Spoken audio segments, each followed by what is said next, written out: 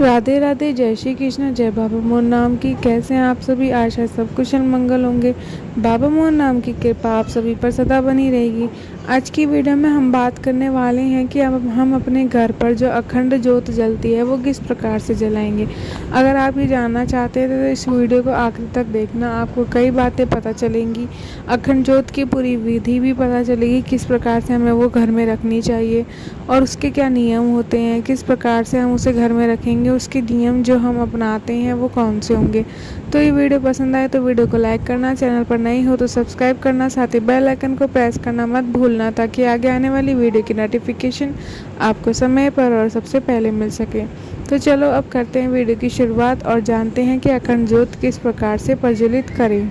तो जो भक्त ये चाहते हैं कि बाबा मोहन नाम की सेवा को मैं बढ़ा दूं, या उन्हें ऐसा लगता है कि बाबा मोहन नाम चाहते हैं कि वो भक्त और कुछ ज़्यादा करे बाबा मोहन नाम के लिए, तो आपको सिर्फ एक सलाह देना चाहती हूँ कि आप ये कर सकते हैं कि आप बाबा मोहन नाम की अखंड ज्योत जला सकते हैं। ये पूरे साल करना, हर साल करना संभव तो नहीं है, पर हर साल में एक बार करना संभव होता है।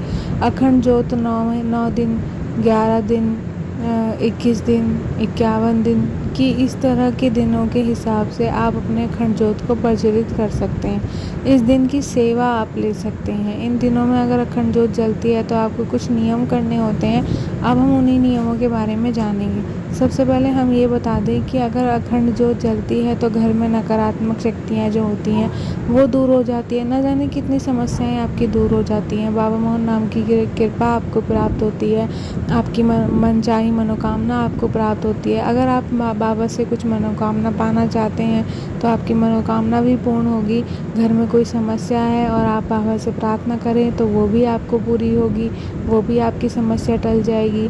और अगर कोई वैसी दिक्कत है जैसे कि काम की दिक्कत है, पैसों की दिक्कत है, हाथ में तंगी हो रही है, ऐसी चीज़ों से भी आपको राहत मिलेगी। अगर आप ये सारे कार्य करते हैं तो आपको मैं कहती हूँ कि बाबा मोहन राम का हर एक सॉल्यूशन, हर एक चीज़ यही है कि आप अगर साल में एक बार भी अखंड ज्योत जला लेते हैं तो बाबा मोहन राम आपसे प्रसन्न हो जाते हैं। अखंड ज्योत को जलाने के कुछ नियम हैं। जो पहला नियम ये है कि जब आप अखंड ज्योत की सेवा ले रहे हैं तो आप जो है 9, 11 और 21 दिन के हिसाब से बस इसी लाइन में आप इतने ही दिनों तक आप सेवा ले सकते हैं।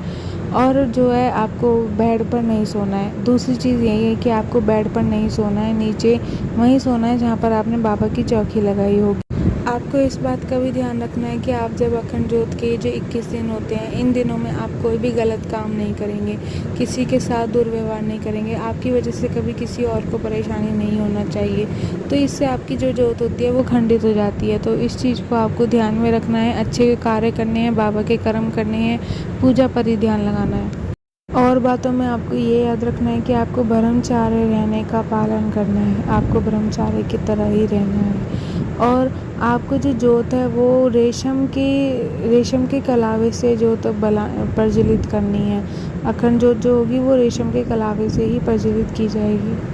एक चीज़ का और ध्यान रखना है कि पवित्रता रहनी चाहिए। आपका हर पूजा में पवित्रता रहनी चाहिए, यानी कि साफ़ सफाई रहनी चाहिए। जब जहाँ भी आप चौकी लगा रहे हैं, जहाँ भी आप पूजा पाठ करते हैं, उस जगह की सफाई रहनी चाहिए। गंगा जल छिड़कें, उस जगह को रोज़ साफ़ करें। अपनी पूजा विधि शुरू करने से पहले आप हमेशा उसे रोज़ साफ़ करें। इन नियमों को ध्यान में रखते हुए ही आपको बाबा मोहन नाम की अखंड ज्योत की सेवा लेनी चाहिए। इसके बाद आपको ज्योत प्रज्वलित करने से पहले बाबा मोहन नाम से प्रार्थना करनी है कि हे बाबा, मैं आपकी ज्योत अखंड ज्योत जो है वो प्रज्वलित करने जा रहा हूँ और मेरी ये मनोकामना है। अगर मुझसे कुछ भी गलती हो तो उसके लिए मुझे माफ़ कर दीजिएगा, उसके लिए मुझे क्षमा कर दीजिएगा, क्षमा प्रदान कर दीजिएगा। आगे जो भी मेरी भक्ति होगी, जो भी मैं आपकी पूजा करूँगा, कि मैं इतने दिन की आपकी पूजा कर रहा हूँ, आप मुझे मेरी मनोकामना पूर्ण करने का आशीर्वाद देना। अगर आपको मेरी पूजा, मेरी सच्ची भावना आपको पसंद आए तो ये आपको प्रार्थना करनी है और ज़रूर करनी है, क्योंकि बिना मांगे कभी कुछ नहीं मिलता। आपको ज़मीन पर कभी भी अखंड जोत नहीं रखनी है। जहाँ पर आपने बाबा की चौकी लगाई है, अखंड जोत भी वहीं प्रज्वलित करनी है। आप चावल के अक्षर बनाकर भी जोत प्रज्वलित कर सकते हैं, या फिर किसी चौकी पर रखकर या किसी भी चीज़ के ऊपर रखकर आपको अखंड जोत प्रज्वलित करनी है, ज़मीन पर नहीं रखनी है। अब बात करते हैं कि आपको ये जो जोत है वो किस प्रकार से प्रज्वलित करनी है। तो आपको सबसे पहले पीतल का दीपक लेना है। पीतल के दीपक में ही आपको बाबा मोहन नाम की जोत जलानी है। आपको एक चीज़ बता दूं कि इससे आपके घर में शांति बनी रहेगी, और ये आप पर निर्भर करता है कि आपको तेल का दीपक जलाना है या फिर देसी घी का दीपक जलाना है। देसी घी के दीपक से आपकी मनोकामना पूर्ण होती है, और तेल के दीपक से घर में शांति बनी रहती है। तो आपको क्या चीज़ करवानी है आपकी मनोकामना पर डिपेंड करता है। आप अपनी पसंद के हिसाब से आप दीपक प्रज्वलित कर सकते हैं। इसके बाद आपको एक रेशम का कलावा लेना है, और या रक्षा सूत्र लेना है। उसे एक लंबी बाती बना लेनी है और दीपक में प्रज्वलित कर देना है। वो बाती आप इतनी लंबी रखना कि आपके जितने भी दिन की आपने सेवा ली है बाबा के अखंड ज्योत की, वो उतने दिन चल सके। तो उसके हिसाब से आप उस कलावे की ज्योति बनाकर अखंड ज्योत जलाना। और अब इसके बाद आपको एक लाल कपड़े पे बैठना है, बाबा मोहन नाम के सामने हाथ जोड़ना है। दीपक प्रज्वलित करने से पहले आपको बाबा से प्रार्थना करनी है, जिस प्रकार से मैंने अभी आपको बताया था।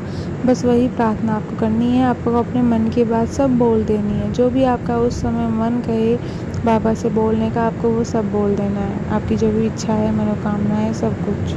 इसके बाद आपको अपना दीपक जो है वो प्रज्वलित करना है। फिर फूल फल आपको भोग लगाना है, फूल बाबा मोहन नाम पर चढ़ाने हैं।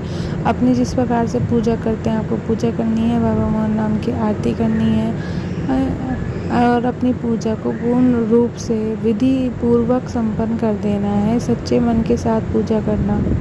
ये थी अखंड ज्योत को प्रज्वलित करने की जानकारी। मगर आपको इनमें दो चीज़ों का ध्यान रखना है कि एक तो अखंड ज्योत को आपको कभी भी हिलाना नहीं है। जो अखंड ज्योत जहाँ पर आपने एक बार प्रज्वलित कर दी, वो अखंड ज्योत उस पूरे दिन के जितने भी दिन की आपने सेवा ली है, उस पूरे दिन में अखंड ज्योत वहीं पर ही रहेगी।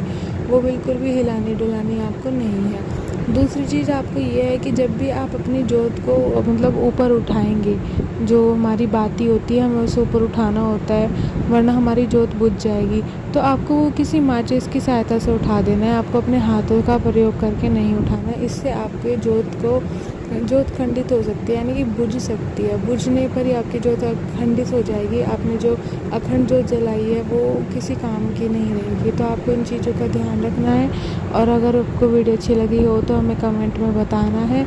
तो बस हमारे साथ यहाँ तक बने रहने के लिए आपका बहुत बहुत धन्यवाद। इस वीडियो को ज़्यादा से ज़्यादा शेयर करना, ताकि और भी लोग हमारे जे बीमार ग्रुप में जुड़ सकें। वीडियो को लाइक करना मत भूलना।